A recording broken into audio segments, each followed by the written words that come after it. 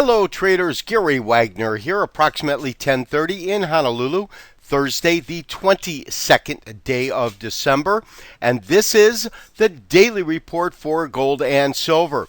We have the precious metals complex under pressure today with gold, silver, platinum trading lower. The only one up today is palladium. Palladium trading up about $17, $6.49 per ounce. Gold off a little over 0.5%, down about $10 on the day. As you can see, current print around 1604. It is hovering and holding on by a shoestring to stay above 1600.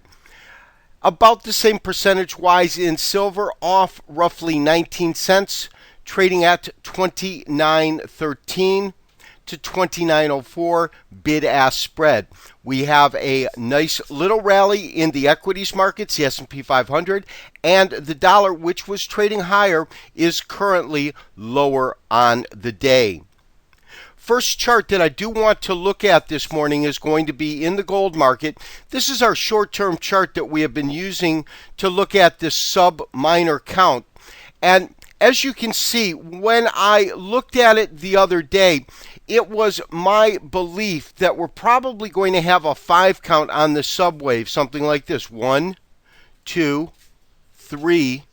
I was imagining 4 like this. Everything was falling in suit. But as you can see, when we got to 5, we kind of drifted completely out of the parameters of having that last rally up. In fact, right now it has been slowly meandering down and has given me a little bit of concern in terms of where this market might go short term. In terms of what we are looking at right now, we do have some interesting fundamental breaking news. And the first thing is that we did have a surprise U.S. jobs report, and we're seeing signs of strengthening in the U.S. job market. We had a unexpected drop last week in terms of the unemployment benefits to actually the lowest level since April of 2008. That was reported by the government today. That, of course, boosted the dollar initially and, of course, reduced or slowed the demand for gold. But I think what is most interesting in terms of the news today is that yesterday we received news that the ETFs, in terms of their holdings, and they had been building, they were at some of their highest points, fell for a 5th day to the lowest level since November 16th. And the predominant cause cited underlying this move is that investors have been selling these particular assets in order to cover losses in other markets. And that's according to Bloomberg. So I think we have a very interesting scenario brewing. But as I said, we are drifting lower right in here. To me, what is critical is it holds roughly in the $1,600 area. As you can see, we had a couple of lows below that. 61% is 1605. So that is an important target. And what we are looking at, these are basically extensions from wave 1.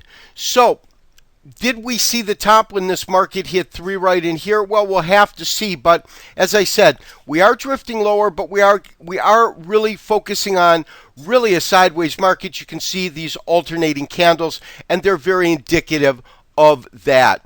When we take a look at our daily chart, you can see in terms of our Heikin Ashi, and remember the Japanese average charts are always going to be lagging indicators, and so we're really looking for strength of trend as opposed to whether the trend is up or down. We'll see that in hindsight, and as you can see, when you get these nice moves, you go straight green or the correction's almost straight red.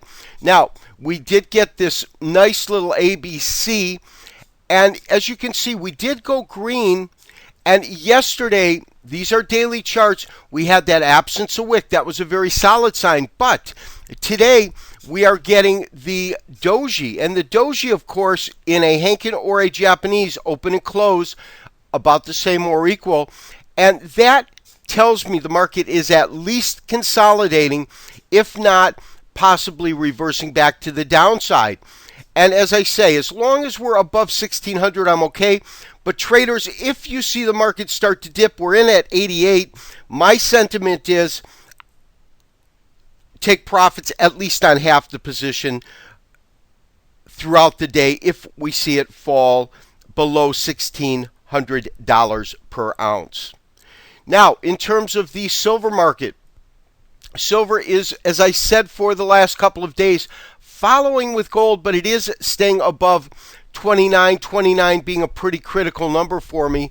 The other thing that we really want to look at is if we take this absolute low here, which is about just below 26, and take it to the top of this one little rally, that's 35. And what I really want to do is extend these lines so we can take a look. And you can see that 28.32, that is a 76% retracement or drop down from this entire rally that we saw here. And you can see that that's kind of where the lows match, but you're also seeing real resistance at 29.71, and that's right in here. And of course, this is a daily, but you can see it's indicative of these tops that we're getting. We're getting alternating candles, but we are stalling out there, absolute resistance, and I would have to say some support there. What does that mean? Well, we're trading in a tight defined range, and guess what? We are going into the holidays. It does not surprise me that much whatsoever. We have one more day this week. We go into Christmas. Next week, I will be on the road and traveling. I will be in New York and doing an interview on Wednesday for Bloomberg Television. So I will be putting out daily emails, but we will not have the regular delivery of videos, although I am all set up to do that at least a couple of times during next week. This has been Gary Wagner, wishing you, as always, good trading. We'll talk to you tomorrow for another daily update and review. Bye-bye.